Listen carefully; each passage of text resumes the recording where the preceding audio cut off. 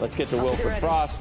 Wilfred, what the numbers finally hit? Yeah, so revenue a fraction behind, 20.2 billion, forecast was 20.7, EPS ahead, 59 cents a share, forecast was for 55 cents a share. Key theme is there, like all the banks, but not to the same scale, perhaps, as, say, JP Morgan on Friday, and that's a change in direction for their reserves. Rather than the reserve build has been the norm from Q1, Q2 and Q3 last year, Q4 is seeing a reserve release to the tune of 800 million, though on the provisions line in the balance sheet, there is still a provision, a positive provision for bad loans, though much lower than expected, forecast around $1 billion, coming in at 50 million, though some of the other banks did see a benefit on that line rather than another provision. But either way, key change in direction as we saw with the other banks. If we look at net interest income, that is at 10.4 billion, a little higher than expected at 10.3 billion.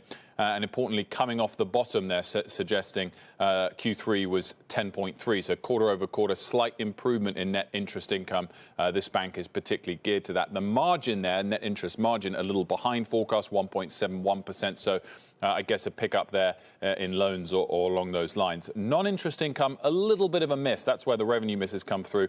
9.8 billion. The forecast was 10.3. They had strong equity trading revenue at 1.3, strong investment banking revenue at 1.9, a little bit soft on the fixed income trading at 1.7. The forecast there was for 2 billion. And then also just a little look at the expenses line, 13.9 billion, the forecast 13.7. So it's not a massive aspect there, but we'll want to see expenses continue to slide down, has been the norm under Moynihan for the last 5 or 6 years when things go back to normal next year. The key, again, both on net interest income, which is important for them, and credit costs, is a change in direction, a meaningful change in direction, perhaps not quite the scale of change in direction as JP Morgan's on Friday. The shares are up 1.5% or so in the pre-market. Of course, they announced that buyback as well, which was the maximum permitted buyback earlier. This bank traded down about 3% on Friday.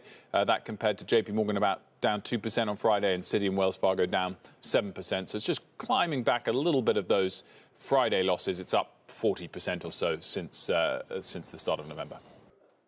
Shepard Smith here. Thanks for watching CNBC on YouTube.